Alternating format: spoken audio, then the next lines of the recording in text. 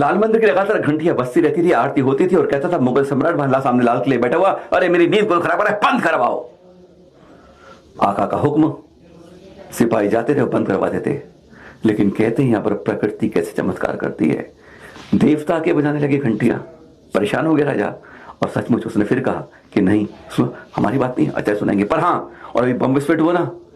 कांच के कांच टूट गए लेकिन कुछ नहीं है मंदिर में, हमारी बात मत सुनिए, आचार्य श्री सौरभ सा गई सुनिए। इतिहास कभी कभी अपने आप ही दोहराता है और याद दिलाता है, उस भूमि की याद दिला रहा है जिस भूमि पर एक आवाज को सुनकर के सत्ताधीश ने कह दिया था कि आवाज कहां से आ रही है। इतिहास आप लिखते हो कि जब लाल मंदिर में आरती के माध्यम से घंटे की ध्वनि आवाज आती थी तो कहते थे कौन शोर मचा रहा है,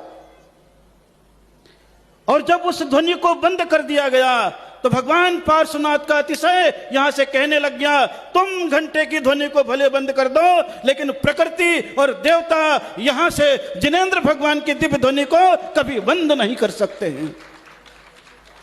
उन्होंने जिनेंद्र भगवान की ध्वनि को बंद नहीं किया, और बंद नहीं किया, वो अतिशय देख करके सम्राट के मन में भी भाव जग गया, अगर देवता भी यहां पर घंट की ध्वनि कर सकते हैं तो फिर मुझे कोई अधिकार नहीं है जिनेंद्र भगवान के मंदिर में घंटी, आरती और पूजा की ध्वनि बंद हो सके।